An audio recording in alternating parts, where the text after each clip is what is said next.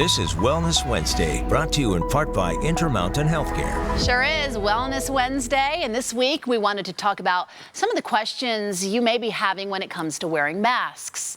We sat down with Dr. Mark Lewis to talk about wearing masks, also the Utah Hospital Association's Mask Up Utah program. I'm very proud here at Intermountain to be part of really a statewide effort among various healthcare organizations to promote the safe and effective wearing of masks in the public. So I'm a healthcare professional. I deal with cancer patients every day who have low immune systems. But what I think people underrate is the individual contribution they can make to preventing the spread of COVID-19. On an individual level, Dr. Lewis, how much do these masks really work? Well, it's really a two-way street. You're both protected as the wearer, and by wearing the masks, you're lowering the chances that you would transmit to other people. And one of the things that's so troubling about this virus is you can have it for weeks and not know it, which means that if you're not socially distancing, you're not masking, you're not washing your hands, you can actually be spreading it around our community without even knowing it. Dr. Lewis, there have been some questions and concerns raised about wearing a mask, especially for a long period of time, that can actually do harm to your body, increasing CO2 levels and other conditions. What do you have to say about that? Is there any truth to that?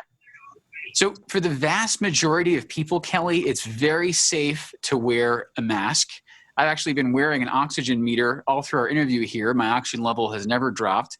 And in fact, a couple weeks ago, I filmed almost a stunt, if you will, where I put on an entire box of masks that was issued to me and my oxygen level didn't drop.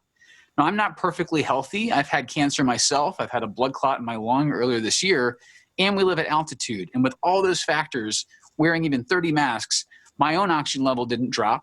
There are very few people in the community that have medical conditions so serious in their lungs that they can't tolerate wearing one of these masks. We've been doing it in healthcare for over a century now.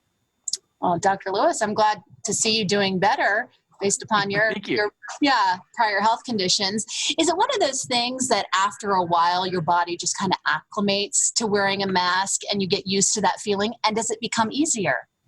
It really does. I think initially, Kelly, a lot of the problems people are having is not so much the gas exchange, but it's just the psychology of wearing it. It's uncomfortable, it's close, it's warm. But what people have to realize is it's very, very unlikely that their oxygen level is going down or their carbon dioxide level is going up.